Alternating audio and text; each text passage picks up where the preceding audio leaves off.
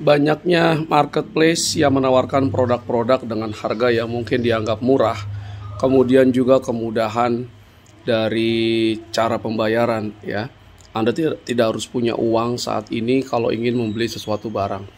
Nah, ini menimbulkan apa yang disebut dengan istilah impulsive buying, yaitu konsumen melakukan pembelian dengan tiba-tiba tanpa ada perencanaan yang matang apakah memang dia membutuhkan barang atau jasa tersebut atau nanti dia dapat memiliki dana yang cukup untuk membeli barang tersebut. Nah, impulsif buying ini yang sebetulnya juga sangat kita bilang ya membahayakan juga bagi keuangan pribadi seseorang, karena ketika katakanlah ada seseorang dia melihat baju yang bagus di suatu butik tanpa pikir panjang ya, butiknya bisa online juga bisa offline sebetulnya, tanpa pikir panjang, tanpa ngelihat harganya, yang penting dia suka, yang penting menarik menurut dia, dan kalau dia pakai bisa meningkatkan value dia di mata orang mungkin ya, maka kemudian dia membeli tanpa melihat pertama dananya ada nggak di rekening bank. Itu yang pertama. Yang kedua, kalau dia misalnya katakanlah menggunakan yang sekarang istilahnya pay letter atau dia mau minjam ya segala macam, apakah penghasilannya 1 bulan itu cukup untuk membayar utang tersebut nantinya. Anda harus ingat bahwa pay letter atau pinjol itu tidak gratis saudara ya, tidak gratis. Anda harus membayar bunga yang sebetulnya bunganya juga tinggi, dan bunga itu dalam keuangan konvensional menggunakan compounded interest rate. Jadi tingkat suku bunga majemuk. Dalam artian bunga berbunga. Kalau Anda tidak bisa bayar cicilan kali ini 1 bulan misalnya, maka bulan berikutnya Anda dikenakan bunga yang bunga atas pinjaman Anda menjadi lebih tinggi karena bunganya atas cicilan yang belum dibayar, atas bunga dari cicilan tersebut juga yang belum dibayar. Dan ya nantinya akan membuat kita kondisi keuangan menjadi sulit ya, karena mudahnya katanya nih kalau secara konservatif 30% dari penghasilan itu untuk cicilan utang kita. Jadi kalau kita punya uang 10 juta, maka cicilan yang bisa kita bayarkan tiap bulan itu paling tinggi adalah 3 juta.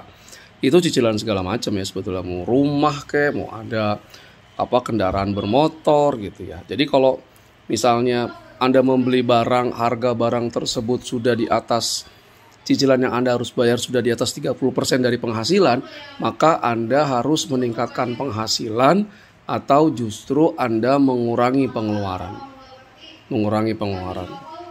Ya, nah itu nggak gampang sebetulnya. Jadi hati-hati setiap kita ingin melakukan pengeluaran, kita harus bertanya dulu apakah memang barang tersebut memang kita butuhkan. Jadi jangan muncul impulsif buying. Jadi segala pengeluaran yang sifatnya di luar yang pengeluaran harian untuk makan, untuk transportasi ya, itu pembelian yang di luar itu harus betul-betul dibuat perencanaan. Apakah memang kita membutuhkan barang atau jasa tersebut? Itu yang pertama. Yang kedua, apakah kita memiliki dana yang cukup untuk membeli barang tersebut? Nah, kalau dananya kita kurang, terus kita ingin mengambil pinjaman, apakah pinjamannya nanti itu tidak memberatkan kita ketika harus membayar? Nah, apakah penghasilan kita masih cukup untuk melakukan pembayaran? Kalau sekarang utang nggak dibayar, maka nanti bunganya akan terus berjalan dan makin banyak bunga berbunga. Akhirnya ya bisa membuat nanti akhirnya kita gagal bayar, nggak bisa bayar pokoknya maupun bayar bunganya lah, seperti itu.